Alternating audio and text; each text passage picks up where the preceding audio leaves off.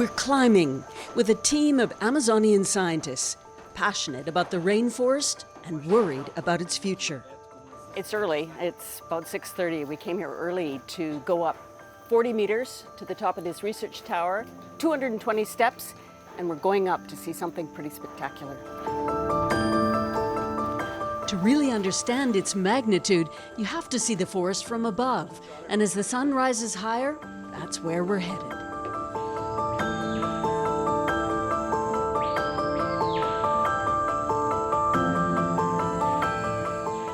A spectacular canopy. Before the day's heat, the flying rivers of mist, the green in many hues as far as you can see, the Amazon, 2/3 the size of Canada. These science warriors from the Institute of Amazonian Research and a conservation agency have been here dozens of times. But it's always a wonder. Botanist Beto Vincentini is our guide. Every time you come to the forest, you'll see a different forest, right? There's so many shapes, forms, and the diversity is so high that you don't see the same species repeating itself very often in a forest like this. Mario Cohn-Haft, a bird expert, came to the Amazon 30 years ago and never left.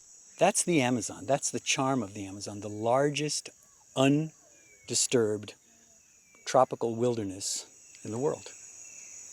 Its beauty camouflages its critical role in regulating climate. These trees hold vast amounts of carbon dioxide, around 120 billion tons, so changes here will ricochet far away.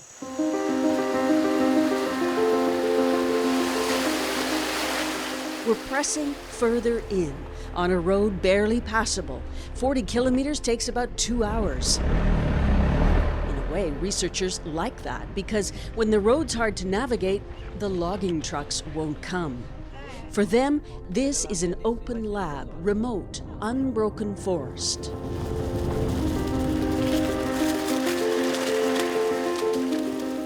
And at kilometer 41, we stop. Our destination for the next few days. You have to haul in all you need: water, food, hammocks, and then trek in. All you can carry. A rough path ends at a simple base camp. Well, a kilometer in, and we're here, Camp 41. Camp 41 was set up in the 70s to study what happens to the Amazon when it's cut out for ranches or farms. It's called fragmentation. The few outbuildings were plunked down, and they haven't changed much. But a lot of the inquiry now is how the forest will respond to the changing climate. We got a map of the entire Amazon basin. It's broad. That's one big old Amazon you got there. And where are we? We're right smack in the middle. It's just a spectacular, enormous wilderness area with more species of everything you can imagine than anywhere else on Earth. The whole world depends on the Amazon rainforest staying intact.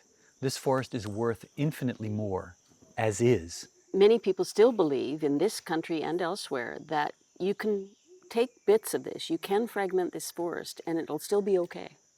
Well, you can in very small amounts, and we already have. The message really is we've already done that, and we can't go any further. But pressures are rising fast in Brazil to clear more land.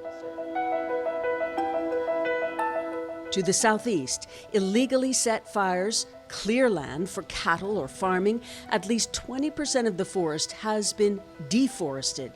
And under Brazil's president, Jair Bolsonaro, development has soared. Ana Moraes is one of a cadre of young scientists sounding an alarm.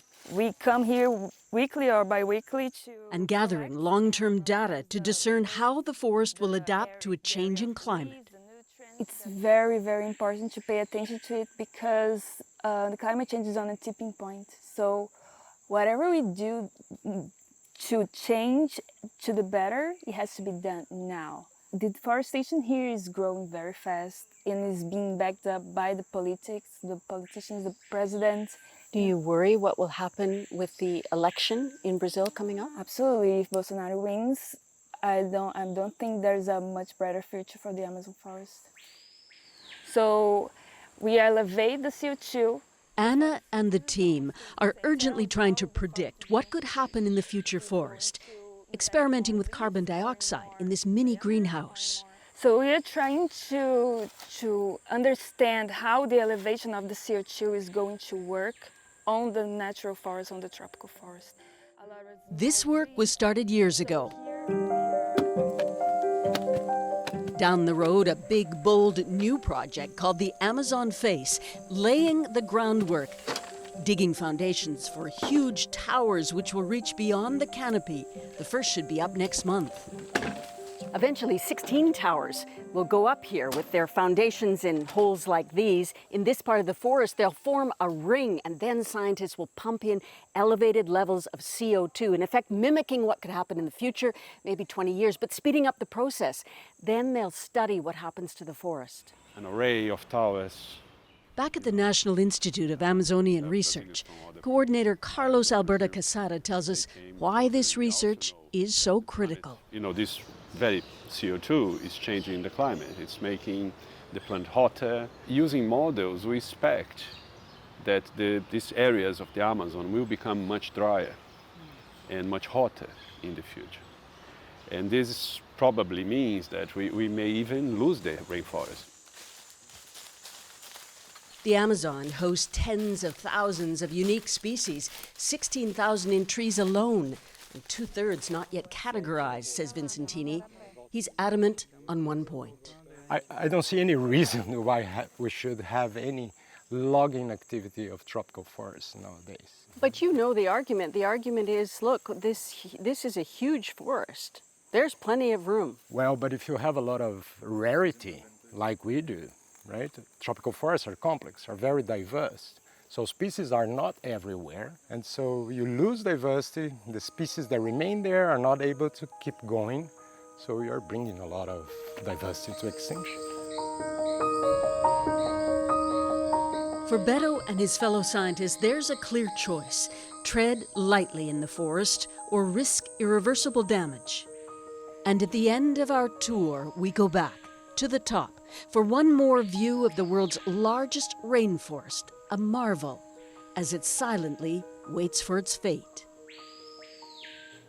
Susan, some really striking images in your story. You know, there's so much to watch for in this runoff election next Sunday. I guess it's the second and final round. What's your sense of how split Brazil is heading into the vote? Adrienne, the race is really tight still. It's tense. The incumbent Bolsonaro is trailing his rival, Luiz Inácio da Silva, or Lula as he's known, but the gap is apparently narrowing. And because the polls in the first round failed to capture the scope of Bolsonaro's appeal, his supporters and the president himself keep suggesting the vote could be rigged and pollsters are in on the fraud. There we go again with that. A reminder for people again why this election is so consequential. Well, it's just Brazilians are voting for the soul of their country. You know, Bolsonaro has polarized the country. He's been called the Trump of the tropics, and you see the divide everywhere and in the Amazon, caught up in that fierce tug of war between the far right and the left. So Sunday we'll know who triumphed, but don't expect a smooth result and do expect reaction potentially intense. All right, Susan Ormiston in Washington, thank you.